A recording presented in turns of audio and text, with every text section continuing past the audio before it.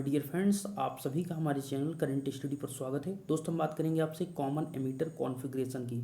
तो पिछली वीडियो में हमने आपको कॉमन बेस कॉन्फ़िगरेशन को डिटेल्स में बात किया था, जो कि आपके इस ट्रांजिस्टर चैप्टर से महत्वपूर्ण टॉपिक है, जो कि आपके पेपर्स में 5 नंबर के क्वेश्चन पूछे जाते हैं। तो इन सभी को महत्वपूर्ण टॉपिक को अच्छे से कम्प्लीटली यहाँ पर देखते रहें। आइए दोस्तों, शुरू करते हैं इस वीडियो को। इससे पहले कहना चाहेंगे, आप चैनल पर पहली बार विजिट कर रहे हैं तो खासतौर इस चैनल को अभी सब्सक्राइब कर लीजिए, क्योंकि आपको लगातार इस पर वीडियो प्रोवाइड कराकर सभी आपके टॉपिक को कंप्लीट किया जाएगा।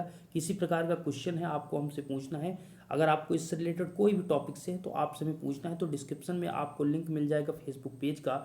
वहाँ पर लिंक पर क्लिक करके आसानी से आप फेसबुक पेज जाकर हमें आप मैसेज कर सकते हैं। इससे रिलेटेड या फिर एग्जाम या फिर सिलेबस किसी भी रिलेटेड टॉपिक से आप पूछ सकते हैं, कोई भी अगर आपके दिमाग में क्वेश्चन हो। ठीक है, तो डिस्क्रिप्शन में आपको फेसबुक पेज का लिंक है, वहाँ पर पूछ सकेंगे और फॉलो कर सकते हैं। आज हम बात करते हैं दोस्त कॉमन एमीटर के, तो ध्यान समझिएगा। तो कॉमन एमीटर कॉन्फ़िगरेशन होता क्या है दोस्त? कॉमन एमीटर का मतलब जो आपका एमीटर वाला पार्ट होगा, जैसा कि हमने आपको बताया था कि ट्रांजिस्टर जो होता है दोस्त, उसमें 3 टर्मिनल होते हैं। आपका एक एमीटर होता है, एक कलेक्टर होता है और एक आपका बेस होता है। 3 वहाँ पर टर्मिनल होते हैं। तो 3 टर्मिनल में कॉमन बेस, आज पिछले वीडियो में दोस्तों हमने आपको कॉमन बेस कॉन्फ़िगरेशन बताया था, आज हम बताएंगे आपको कॉमन एमीटर। इस वीडियो को देखने के बाद आपको कॉमन बेस को देखना बेहद जरूरी है। डिस्क्रिप्शन में मैंने प्लेलिस्ट का लिंक दिया है, वहाँ से जाकर एनालॉग इलेक्ट्रॉनिक्स के सभी वीडियो टॉपिक वाइज देख सकते हैं। देखिए, सर्किट में कॉमन एमीटर की बात करें तो कॉमन एमीटर में एमीटर टर्मिनल अर्थ होता है, अर्थात जो आपका कॉमन होगा उसे अर्थ कर दिया जाता है। और यहाँ पर इनपुट टर्मिनल बेस और एमीटर एवं आउटपुट टर्मिनल कलेक्टर और बेस होते हैं। तो बात यहाँ पर दोस्त ये है कि फिगर्स को आप समझिए। ये फिगर होता है, किसका होता है? ये आपका होता है कॉमन एमीटर का, कॉमन एमीटर का। तो यहाँ पर होता क्या है दोस्त, ये चीज़ को आप थोड़ा ध्यान दीजिएगा, इसको आप प्लस कर लीजिएगा, इसको माइनस कर लीजिएगा, इतना बस आप कर लीजिएगा। ठीक है, ये थोड़ा यहाँ पर ये प्लस माइनस मिस्टेक है, इसको ऊपर वाले को प्लस करना है, नीचे वाले को माइनस कर लीजिए। अब ध्यान से समझिएगा। ये दोस्त क्या है कि आप यहाँ पर अगर आप ध्यान से देखेंगे, इस चीज़ को यहाँ पर जो नीचे किया गया है इसको आप अर्थ कर दीजिए। ठीक है, ये अर्थ कर दिया जाता है। ये क्या है? कॉमन एमीटर, अर्थात एमीटर वाले को अर्थ कर दिया गया। ये बेस है और ये आपका कलेक्टर है।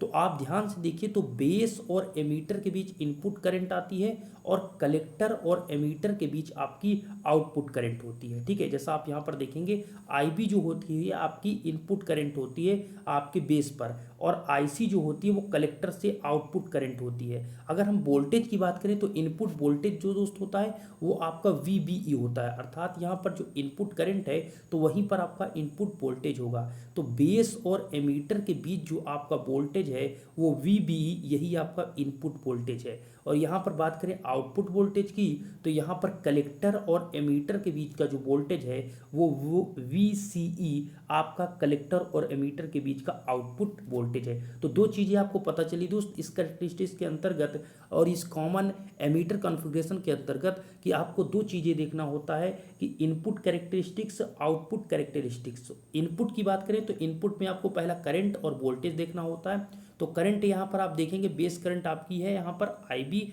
और आपकी आउटपुट करंट जो होती है वहाँ पर आईसी है। ठीक है, क्या है? आईसी, जैसा आप यहाँ पर देख सकते हैं। और आपको हमने वोल्टेज बताया, इनपुट वोल्टेज आपका वीबीई है, आउटपुट वोल्टेज वीसी है। आप ये चीज़ें फिगर के माध्यम से समझ रहे हैं। अब बात यहाँ पर कुछ पॉइंट्स की ओर चलेंगे, तो आप उसके पहले थोड़ा और समझ लीजिए। बात दोस्त यहाँ पर यह है कि जो आपका इस प्रकार के एमीटर टर्मिनल इनपुट और आउटपुट दोनों सर्किट्स में कॉमन होते हैं। कौन दोस्त? जैसा कि कॉमन एमीटर की बात। अब देखिए, कैरेक्टरिस्टिक्स की बात करें तो इनपुट कैरेक्टरिस्टिक्स या अभिलक्षण क्या होता है? तो इनपुट साइड में बेस एमीटर वोल्टेज जो हमने बताया वीबी और इनपुट करंट आईबी है। जैसा कि हमने दोस्त आपको बताया कि आपका बेस की तरफ आपकी करंट आईबी है, क्या है? आईबी, और आपका वोल्टेज है वीबी, ये इनपुट की तरह है। ठीक है, तो यहाँ पर इनपुट का कैरेक्टरिस्टिक्स खींचना है तो आपको इनपुट के साइड में देखना है। तो इनपुट कैरेक्टरिस्टिक्स ज्ञात करते समय एक चीज़ का सदैव ध्यान रखना है कि जो आउटपुट साइड में आपका कलेक्टर एमीटर वोल्टेज अर्थात वीसी है उसको आपको स्थिर रखना होगा। अर्थात दोस्त, अगर आपको आईबी और वीबीई अर्थात इनपुट वोल्टेज और करंट, इनपुट वोल्टेज और इनपुट करंट के बीच इनपुट कैरेक्टरिस्टिक्स खींचना है तो आपको वीसीई को स्थिर रखना होगा। अर्थात जितना भी है, अगर 1 वोल्ट है, 2 वोल्ट है, 3 वोल्ट है, उसको उतना ही वोल्ट पर कांस्टेंट रखना होगा, तभी आप इनपुट कैरेक्टरिस्टिक्स को खींच सकते हैं IB और VBE के बीच। तो आपको कंफर्म हुआ कि आपको जो आउटपुट आपका वोल्टेज है कलेक्टर बेस VCE उसको स्थिर रखना है। अब यहाँ पर नेक्स्ट पॉइंट है दोस्तों, IB का मान IE की तुलना में बहुत कम होता है। आपको भी दोस्तों पता है कि जो IB होता है, जो बेस करंट होती है, उसका हमने पिछले वीडियो में बताया था कि आपका अगर ये आपका ट्रांजिस्टर है, देखिए ये आपका दोस्त ट्रांजिस्टर है, ये PNP मान लीजिए ट्रांजिस्टर है, तो ये बीच वाला अगर ये आपका एमीटर है, ये आपका बेस है और ये आपका कलेक्टर है। तो बेस जो आपका होता है वो बेस आपका मतलब उसकी चौड़ाई क्या होती है, कम होती है। अगर आपका इस प्रकार से बना हुआ है तो इसका ये बीच वाला बेस कम होता है और ये आपका एमीटर और कलेक्टर ज़्यादा होता है। ठीक है, तो यहाँ पर आपको कंफर्म होना है कि IB का मान जो होता है बेस का आपका करंट होती है वो एमीटर करंट से बहुत ज़्यादा कम होती है। क्या होती है दोस्त कि आपकी जो IE है अर्थात एमीटर करंट को जब IC करंट से माइनस करते हैं तो जो बचता है वो IB होती है। तो यहाँ पर होता क्या है कि IE का मान, IE के मान से जब IC के मान के कलेक्टर करंट को आप घटाते हैं तो उसके लगभग घटाने के बराबर आपको जो IB प्राप्त होता है वही आपकी बेस करंट होती है। अब देखिए फिगर समझेंगे तो आपको ज़्यादा बेटर समझ में आएगा। यहाँ पर दोस्त हमने बनाया है इनपुट करंट का, मतलब इनपुट करंट और वोल्टेज के बीच इनपुट कैरेक्टरिस्टिक्स का हमने फिगर बनाया। इसमें आप देखेंगे ये है आपका वोल्टेज VBE और ये करंट है IB जो कि माइक्रो एम्पियर में होती है। किस में होती है? माइक्रो एम्पियर में। ये चीज़ें हमने आपको ऑलरेडी क्लियर की, इस तरह आप समझ। तो यहाँ पर कुछ पॉइंट्स को और समझते हैं दोस्त। पहला कंडीशन है कि यदि आपका VCE इक्वल 0 अर्थात जो आपका कलेक्टर और एमीटर है, कलेक्टर एमीटर के बीच वोल्टेज है उसको यहाँ पर 0 किया जाए, अर्थात जब कलेक्टर बेस जंक्शन पर रिवर्स वोल्टेज नहीं अप्लाई की जाएगी तो उस कंडीशन में कलेक्टर बेस जंक्शन पर अर्थात CB कलेक्टर और बेस जंक्शन पर कोई भी रिवर्स वोल्टेज अप्लाई नहीं की जाएगी तो उस कंडीशन में VCE 0 होगा। ध्यान दीजिएगा, यदि आपका VCE 0 है अर्थात आपका जो कलेक्टर और एमीटर वोल्टेज जो आउटपुट वोल्टेज है अगर वो 0 है तो कलेक्टर बेस जंक्शन पर आपका रिवर्स वोल्टेज नहीं अप्लाई की जाएगी। इस कंडीशन में क्या होगा, तब IB का मान मैक्सिमम होगा क्योंकि होल्स बेस फील्ड में धारा प्रवाह करते हैं। बात यहाँ पर दोस्त समझ में आपको आना चाहिए कि आपका IB का मान मतलब बेस करंट है उसका मान मैक्सिमम होगा क्योंकि होल्स जो होंगे अब आपके होल्स बेस फील्ड में जाकर धारा को प्रवाहित करेंगे। दूसरे पॉइंट्स की ओर चलते हैं। तो जैसे ही VCE रिवर्स वोल्टेज कलेक्टर पर अप्लाई की जाती है तो अधिकांश चार्ज कैरियर कलेक्टर द्वारा आकर्षित कर लिए जाते हैं और IB का मान पुनः कम माइक्रो एम्पियर, आपको IB का मान क्या होता है, माइक्रो एम्पियर में होता है। तो दोस्तों यहाँ पर क्या होता है कि जैसे ही VCE रिवर्स वोल्टेज कलेक्टर पर अप्लाई की जाती है, इसका मतलब समझिए जो आपका आउटपुट वोल्टेज है, अभी आउटपुट वोल्टेज को क्या कर दिया गया, इसको 0 कर दिया गया है। जब आप इसके मान को 0 कर देंगे तो उस कंडीशन में क्या होगा, IB का मान आपका बढ़ता है। IB का मान क्या होता है, बढ़ता है। लेकिन जैसे ही आप यहाँ पर VC के मान को यहाँ पर बढ़ाते हैं या फिर अप्लाई करते हैं, जब VC के मान को आप यहाँ पर अप्लाई इस साइड में वोल्टेज को अप्लाई करेंगे तो इधर होता क्या है दोस्त, आपकी जो IB है वो माइक्रो एम्पियर में फिर से चेंज हो जाती है। तो आपकी क्या होंगे कि अधिकांश जो चार्ज होंगे वो कलेक्टर अर्थात अब बेस में धारा नहीं जाएगी। समझिए हमारी बातों को दोस्त। जैसे ही आपका PNP ट्रांजिस्टर है तो यहाँ पर क्या होता है कि जब इधर से होल्स आपके P के होल्स इस P में सेकंड मतलब ये आपका मान लीजिए ये एमीटर है, ये आपका बेस है और ये आपका कलेक्टर है, तो इसके जो होल्स हैं वो आपके P टाइप में अर्थात इस P से उठकर इस P में आ जाते हैं, इस होल्स में नहीं जाते हैं। ये इसको आकर्षित कर लेता है। क्यों? चूँकि आउटपुट वोल्टेज को हम बढ़ाते हैं, यहाँ पर आउटपुट वोल्टेज जो आपका VC है हम यहाँ पर अप्लाई करते हैं तो रिवर्स वोल्टेज कलेक्टर पर अप्लाई की जाती है तो आपके क्या होते हैं कि मैक्सिमम चार्ज कैरियर कलेक्टर की ओर आकर्षित होकर IB का मान पुनः से कम कर देते हैं। चूँकि अब बेस में होल्स नहीं बचते हैं, सारे आपके किस में चले जाते हैं, कलेक्टर में। तो यहाँ पर आपकी धारा फिर से माइक्रो एम्पियर में फ्लो होने लगती है। तो जैसा आप देख सकते हैं पहले आपका क्या होगा कि VBE का जो वोल्टेज आपने अप्लाई किया तो उस पर कुछ नहीं होगा, लेकिन जैसे ही आप धीरे से यहाँ पर वोल्टेज को यहाँ पर अप्लाई करेंगे आउटपुट वोल्टेज को तो यहाँ पर क्या होगा कि IB जो माइक्रो एम्पियर है ये फिर से आपकी करंट यहाँ पर आप देख सकते हैं IB का मान आपका पुनः क्या होता जाएगा, कम होता जाएगा। नेक्स्ट पॉइंट के चले हैं। अब आपको बताते हैं आउटपुट अभिलक्षण अर्थात आउटपुट कैरेक्टरिस्टिक्स। तो इसमें क्या होता है कि इसमें कॉमन एमीटर सर्किट में आउटपुट करंट IC और इनपुट करंट IB की तुलना में बहुत कम होती है। हमने ऑलरेडी आपको बताया जो IC का मान होगा वो IB की तुलना में बहुत अधिक होता है, मतलब जो कलेक्टर करंट होगी वो ज़्यादा होगी और बेस करंट जो होती है वो बहुत कम होती है। और जो इसका अंतर मतलब आई बी इक्वल टू होता क्या है, तो आई बी इक्वल टू आपका दोस्त होता है आई ई माइनस आई सी, मतलब लगभग बराबर, मतलब ये इनको दोनों को थोड़ा थोड़ा कम ज़्यादा होता है आई ई और आई सी। जो यहाँ पर अंतर होता है वो आपकी लीकेज बेस करंट जो होती है वो चीज़ होती है। तो यहाँ पर होता क्या है दोस्त कि जबकि आपके कॉमन बेस सर्किट में दोनों धाराएं लगभग समान होती हैं। हमने आपको बताया था जब बेस करंट आप कॉमन बेस पढ़ रहे थे तो वहाँ पर क्या होता तो दोस्त कि जो आपकी धाराएं थी अर्थात आई बी मतलब आपकी जो बेस करंट थी, और यहाँ पर आपका क्या था वही चीज़ यहाँ पर कहा जा रहा है, दोनों धाराएं मतलब इनपुट और आउटपुट करंट दोनों क्या होती हैं आपके कॉमन बेस सर्किट में इक्वल होती हैं। ये आउटपुट का कैरेक्टरिस्टिक्स आप देख सकते हैं। देखिए किस प्रकार से बनाया गया दोस्त, यहाँ पर आप देखेंगे आउटपुट वोल्टेज है VCE और ये आउटपुट करंट आपकी जो कलेक्टर करंट IC है। तो यहाँ पर होता क्या है दोस्त कि जब IB का मान 0 होता है अर्थात यहाँ पर जो आपका बेस है अर्थात इनपुट करंट जो है वो IB है, जब उसकी वैल्यू 0 होगी तो यहाँ पर आपका किसी प्रकार का यहाँ पर देख सकते हैं यहाँ पर किसी प्रकार की कोई यहाँ पर अभी कुछ नहीं हुआ। लेकिन यहाँ पर आप दोस्त ये देखेंगे कि VCE अर्थात जो कलेक्टर एमीटर वोल्टेज है इसको जैसे ही आप बढ़ाते हैं, जैसे ही आप इसको बढ़ाते हैं तो IC का मान यहाँ पर बढ़ता है। अर्थात आप देखेंगे जब यहाँ पर ये था क्या दोस्त, यहाँ पर 0 कर दिया गया लेकिन यहाँ पर IB के मान को कांस्टेंट किया गया 50 माइक्रो एम्पियर पर। अब चलते हैं हम आपको कुछ पॉइंट्स पहले बताते हैं। देखिए क्या होता है दोस्त यहाँ पर कि लो बेस करंट अर्थात लो बेस करंट मतलब जब आपकी कम बेस करंट होती है IB का मान करंट कम होती है तो उस कंडीशन में कलेक्टर वोल्टेज का कलेक्टर करंट IC पर प्रभाव बहुत कम होता है। समझिएगा इसका मतलब दोस्त ये है कि जब आपकी IB जो कि आपकी इनपुट करंट है जब उसका मान कम होगा इनपुट करंट का आपका इनपुट करंट पर कलेक्टर वोल्टेज अर्थात VCE जो आपकी कलेक्टर वोल्टेज मतलब आपकी जो आउटपुट वोल्टेज है उसका क्या होगा करंट यहाँ पर बताया गया। सिंपल कहने का मतलब दोस्त ये है कि जो अब आपकी इनपुट करंट बेस करंट जो आपकी होगी वो कम होगी तो उस कंडीशन पर जो आपका VCE है उस पर क्या होगा कि VCE का प्रभाव ज़्यादा IC पर नहीं पड़ेगा। और सेकंड कंडीशन ये है कि जब आपकी हाई बेस करंट होगी अर्थात जो आपकी IB जो कि यहाँ पर इनपुट करंट है अगर उसका मान हाई होगा ज़्यादा होगा तो यहाँ पर प्रभाव पड़ेगा। तो उस कॉमन एमीटर सर्किट में output current IC input current IB की तुलना में काफ़ी अधिक होगी। यहाँ पर आप समझिएगा तब आपका हाई बेस करंट पर अर्थात जब IB का मान ज़्यादा होगा तो उस पर प्रभाव पड़ेगा।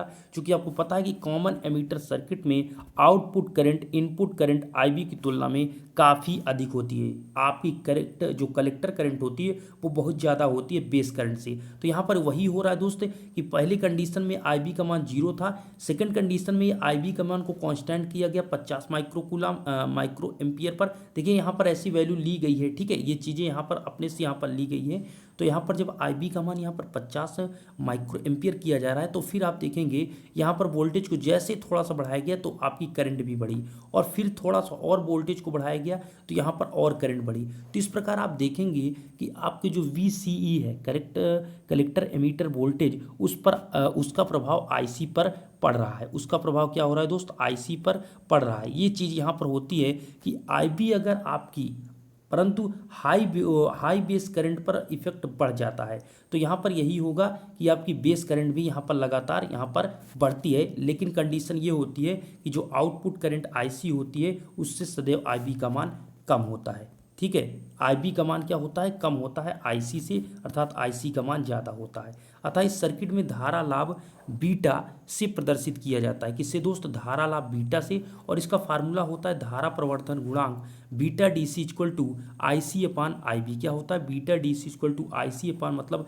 कलेक्टर करंट जो आपकी आउटपुट है और बेस क्या है, इनपुट, मतलब धारा प्रवर्धन गुणांक जो होता है आउटपुट अपान इनपुट होता है। तो आउटपुट करंट आप देखा कि दोस्त यहाँ पर क्या है IC और इनपुट करंट क्या है आपकी IB। इसी प्रकार यहाँ पर देखेंगे बीटा का मान दोस्त यह होता है जो वो 10 से 200, यहाँ पर आप 10 से 200 तक हो सकता है, अर्थात इसकी जो वैल्यू है आंकिक मान इसका 10 से 200 तक इसका मान हो सकता है। अगर यहाँ पर बीटा AC की बात करें, यह बीटा DC, AC दोस्त मतलब अल्टरनेटिंग करंट, उसमें क्या होता है, परिवर्तन होता है, इसलिए सिंपल ये आपको लिखा है, इसमें आपको डेल्टा, डेल्टा का मतलब ये परिवर्तन होता है, तो बीटा AC इक्वल टू आपका डेल्टा IC अपान डेल्टा IB होता है, आउटपुट अपान इनपुट करंट। अब एक आपका होता है दोस्तों डायनेमिक इनपुट रेजिस्टेंस, ये क्या होता है, एक इनपुट रेजिस्टेंस होता है, एक डायनेमिक आउटपुट रेजिस्टेंस होता है। तो इनपुट का जब रेजिस्टेंस है तो मतलब इनपुट की तरफ जो रेजिस्टेंस लगा हुआ है, तो input R equal to V upon I, आपने फार्मूला ओम्स लॉ पढ़ा होगा दोस्तों, R equal to V upon I, तो वही चीज़ यहाँ पर किया गया है कि इनपुट में आपका वोल्टेज है,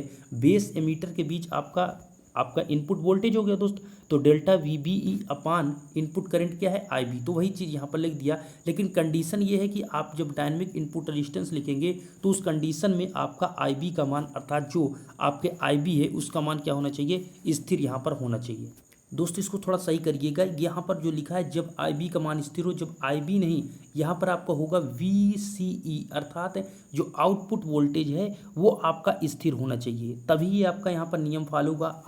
RI इक्वल टू अर्थात input resistance RI equal to delta VBE upon IB, ठीक है। लेकिन ये आपका आउटपुट वोल्टेज जो है ये आपका VCE कांस्टेंट स्थिर होना चाहिए। सेकंड दोस्तों डायनामिक आउटपुट रेजिस्टेंस, तो ये होता है RI equal to delta VCE upon delta IC। इसका क्या मतलब हुआ दोस्त, इसका मतलब यहाँ पर ये हुआ दोस्त कि जो आपकी डेल्टा VCE है ये आपकी आउटपुट हुआ, आउटपुट वोल्टेज बटे आउटपुट करंट डेल्टा IC, और ये कंडीशन है जब IB मतलब जो आपकी इनपुट करंट है IB वो स्थिर होगी, तब ये आपका नियम फॉलो करेगा। लास्ट दोस्तों कि लीकेज करंट, आपका कॉमन एमीटर कॉन्फ़िगरेशन में लीकेज करंट क्या होता है, तो कहते हैं जब IB मतलब जीरो हो, IB का मान जब जीरो हो अर्थात बेस क्या होगा, ओपन होगा। जब आप IB जो इनपुट करंट है जीरो होगा तो उस समय आपका ओपन होगा, अतः इस स्थिति में होता क्या है दोस्त कि VCE के प्रभाव से धारा केवल यहाँ पर धारा जो आपकी केवल होती है वो आपकी कलेक्टर और एमीटर के मध्य फ्लो होती है, ठीक है।